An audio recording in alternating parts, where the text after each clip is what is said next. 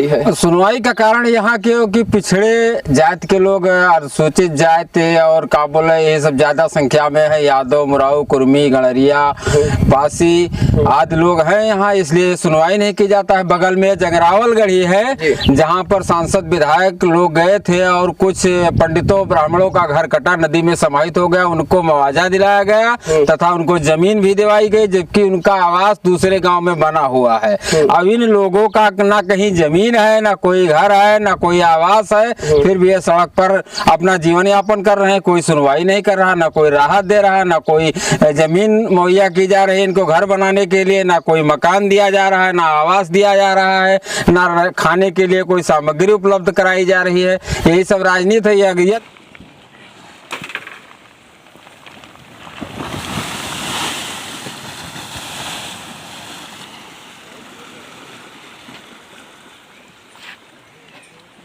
के news India में आप लोग का स्वागत है। यदि आप हमारे चैनल से जुड़ रहे हैं तो चैनल को सब्सक्राइब करिए और बेल आइकन भी प्रेस करिए। आज की खबर बता दें, उत्तर प्रदेश सराबस्ती में थाना इकौना के अंदर एक गांव लगता है लईबुढ़वा। और लईबुढ़वा का आपको हालत शुरू से लेकर आखिरी तक हम दिखाते रहें। और राप्ती नदी का जो कटान है अभी भी कम नहीं हुआ है।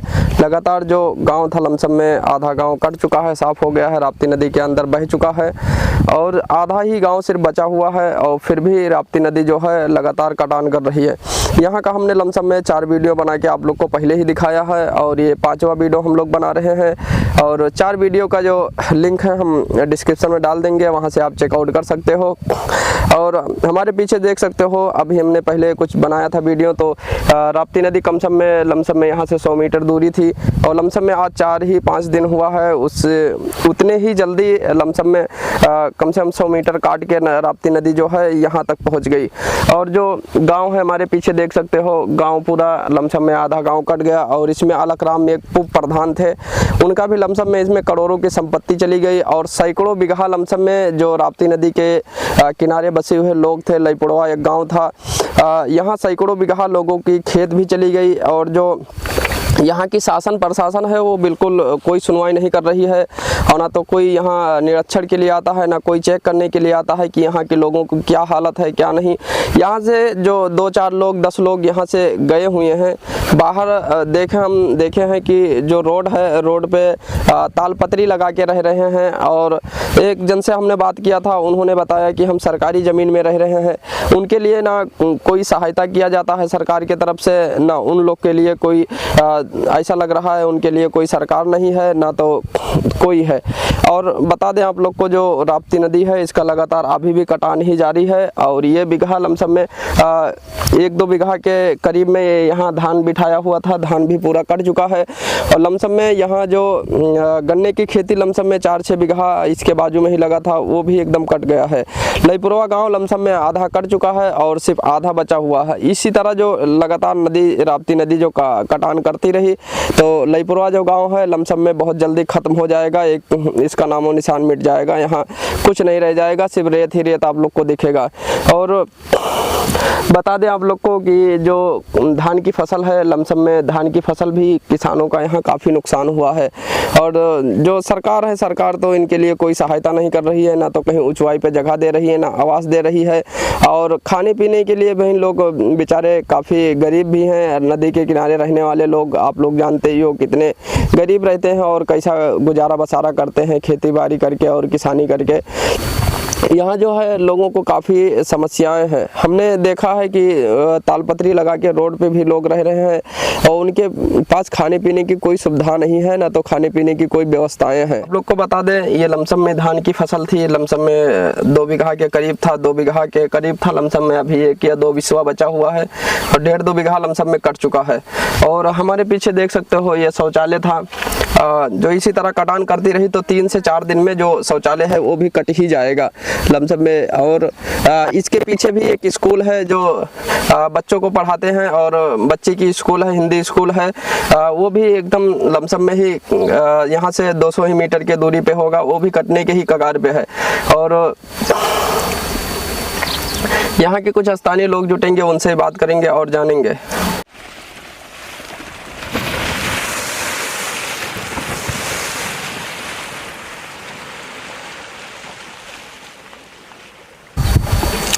क्या नाम है दादा? मेरा नाम केशवराम है।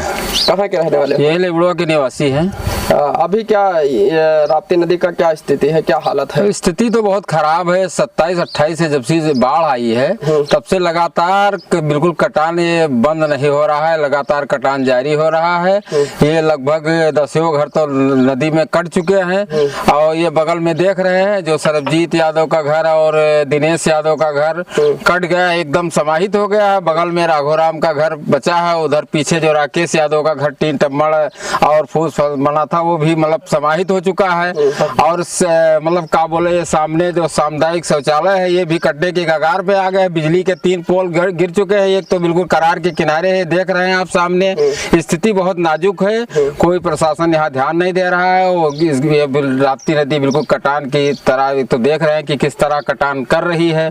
आप मौके पर देख रहे हैं कि किस तरह झमाझम आरार गिर रहे हैं।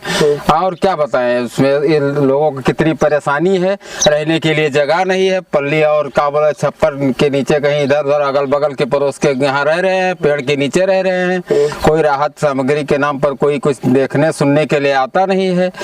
और क्या समस्या, इतनी समस्या है यहाँ विकट की, क्या बताएं। देख रहे हैं आज भी नदी क्या काट रही है, किस तरह से काट रही है। लोग प्रशासन यहाँ ध्यान भी नहीं दे रहे हैं, कितनी समस्या है। जो यहाँ से 10-15 घर जो उजड़ा हुआ है वो लोग कहाँ गए रहने के लिए? वो तो सड़क पर पल्ली तान करके और दूसरे के घर में और पेड़ के नीचे अपना आवास जीवन बिता रहे हैं। कोई ना रहने के लिए इनके पास जगह है, ना जमीन है, ना कोई घर है। वैसे जानवर की तरह अपना जीवन यापन कर रहे हैं। सरकार की तरफ से उनको कुछ आश्वासन दिया गया कि उनके खाने पीने की व्यवस्थाएं करी गई? कुछ नहीं, कोई आश्वासन नहीं दिया गया, ना कोई खाने पीने की व्यवस्था की गई, ना कोई जमीन मुहैया कराया गया, ना कोई आवास दिया गया। इनको कोई आर्थिक लाभ आज तक दिया ही नहीं गया। क्या कारण है कि आप लोग की सुनवाई नहीं होती है? सुनवाई का कारण यहाँ के कि पिछड़े जात के लोग, अनुसूचित जात और क्या बोले, ये सब ज्यादा संख्या में है। यादव, मुराऊ, कुर्मी, गणरिया, बासी आदि लोग हैं यहाँ, इसलिए सुनवाई नहीं की जाता है। बगल में जगरावल गढ़ी है जहाँ पर सांसद विधायक लोग गए थे और कुछ पंडितों ब्राह्मणों का घर कटा, नदी में समाहित हो गया, उनको मुआवजा दिलाया गया तथा उनको जमीन भी दिलाई गई, जबकि उनका आवास दूसरे गांव में बना हुआ है। अब इन लोगों का ना कहीं जमीन है, ना कोई घर है, ना कोई आवास है, फिर भी ये सड़क पर अपना जीवन यापन कर रहे हैं। कोई सुनवाई नहीं कर रहा, ना कोई राहत दे रहा, ना कोई जमीन मुहैया की जा रही है इनको घर बनाने के लिए, ना कोई मकान दिया जा रहा है, ना आवास दिया जा रहा है, ना खाने के लिए कोई सामग्री उपलब्ध कराई जा रही है। यही सब राजनीति है। यदि ब्राह्मण और ठाकुरों का गांव होता तो अब तक सारी राहत और सारी समस्या सुनी जाती और सबको सब तरीके से जो कुछ मान लो जमीन मकान यानी जो राहत है वो पूरा उपलब्ध कराया जाता है। लमसम में जो राप्ती नदी का कटान है लमसम में कितने महीने से कर रही है? ये तो करीब 3-4 महीने से लगातार कट रही है। लगभग ये तो 2021 से मान लो कटान शुरू है, लेकिन हम लोग शासन प्रशासन को लेटर देते रहे, कोई सुनवाई नहीं किया गया। और लगभग ये 3 महीने से तो बिल्कुल लगातार तेजी अपनी दिखा रही है। एकदम देख लीजिए कि झमाझम आरार गिर रहे हैं, आज भी नाम नहीं ले रही बंद होने का। अलकराम का जो घर था और खेत था वो लमसम में अभी कहाँ चला गया होगा? इस समय तो राप्ती नदी के उस पार हो गया, समाहित हो गया पूरा उनका घर खेत, पूरा एकदम तो समाहित हो गया। अब उनका कुछ तो बचा ही नहीं है। लमसम में उनकी कितनी की संपत्ति रही होगी? लगभग उनकी करोड़ों की संपत्ति का तो नुकसान हुआ है, लेकिन कुछ कोई मुआवजा नहीं, ना कोई आर्थिक सहायता। राहत कोष में जो दैविक आपदा कोष है उसमें से पैसा नहीं दिया जा रहा है अधिकारियों द्वारा। पता नहीं क्या कारण, क्या राज है। अभी वो रहने के लिए कहीं ऊंचाई जगह पे व्यवस्था करे हैं कि सरकार उनके लिए करके दी है कि अभी वो लोग कहाँ रह रहे हैं, कैसे जिंदगी? ना उनके पास जमीन है कहीं ऊंचाई पर रहने के लिए, ना कोई सरकार उनको कोई व्यवस्था दिया है। वो दूसरे के घर बगल में एक मढ़ाई में रह रहे हैं तथा और परिवार पल्ली तान करके सड़क पर अपना जीवन यापन कर रहे हैं।